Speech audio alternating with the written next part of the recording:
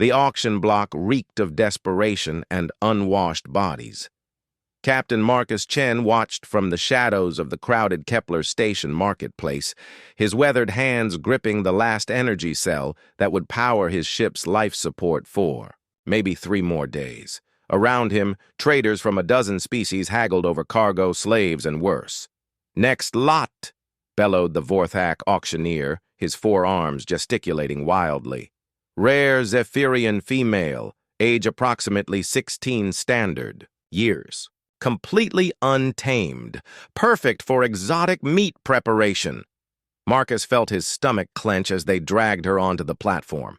The girl couldn't have weighed more than 90 pounds, her silvery blue skin marked with the distinctive luminescent patterns of her people. Her amber eyes burned with defiance despite the neural dampener collar around her neck. Where most species would have been broken by weeks in the slave pens, she held her head high. The Zephyrians had been peaceful explorers, known throughout the galaxy for their mathematical genius and artistic achievements. Their homeworld had been glassed 6 months ago by the Dominion, another pest control operation, as the bureaucrats called it. The survivors had been scattered to the winds, most ending up in places like this. Bidding starts at 500. "Credits!" the auctioneer announced. "Fresh meat, perfect for discerning palates." A corpulent, hut-like creature raised a tentacle. 500! 600! called out an insectoid trader. Marcus closed his eyes, feeling the weight of the energy cell in his pocket. 3 days of life support, maybe 4 if he shut down non-essential systems. He'd been planning to use it to reach the outer colonies where he could find work, start over after losing his crew to Dominion raiders.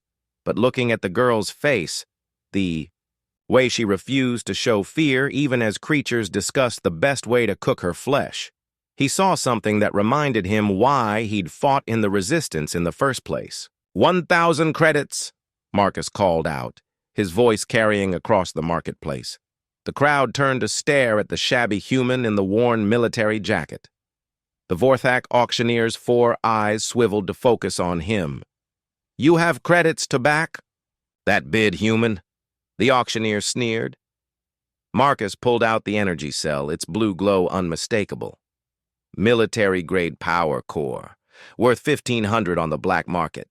The girl's eyes found his across the crowd. For a moment, the defiance flickered, replaced by something else. Hope, maybe. Or confusion at why a stranger would throw away his life for hers. "Sold!" the auctioneer declared before anyone could counterbid. "The meat goes to the human." 20 minutes later, Marcus led the girl through the station's maze of corridors toward his ship. She hadn't spoken, couldn't speak with the neural dampener still active, but she followed without resistance. His ship, the Defiant Star, was a battered freighter that had seen better decades. As they entered the cargo bay, Marcus turned to face her properly for the first time. "I'm going to remove that collar," he said gently. "But I need you to understand, I'm not like them. I'm not going to hurt you." Her amber eyes studied his face, intently as he approached. The neural dampener clicked open with a soft hiss, and immediately the girl's luminescent patterns flared brighter. She stumbled backward, her hand flying to her throat. "Why?" she whispered, her voice like wind chimes. "Why did you... your power core? You need that to live." Marcus sat down heavily on a cargo crate, suddenly feeling every one of his 47 years. "What's your name?" "Lyrae Lee," she said softly. I was a student, mathematics and stellar cartography. I'm Marcus. And I bought you because..." He paused, searching for the right words. "Because someone has to draw the line somewhere. My species, we're not all good. Hell, most of us aren't. But we're not all monsters either." Lyrae's patterns pulsed in what he recognized as the Zephyrian equivalent of tears. "You gave up your life for mine. I don't understand. Maybe you will someday." Marcus stood and moved to the ship's communication console. I'm sending a message. To the Free Colony Network. They have a settlement on Arcadia Prime, other Zephyrian survivors. They'll take you in. But your ship, without that power core, will run on backup power long enough to get you there. Marcus smiled grimly.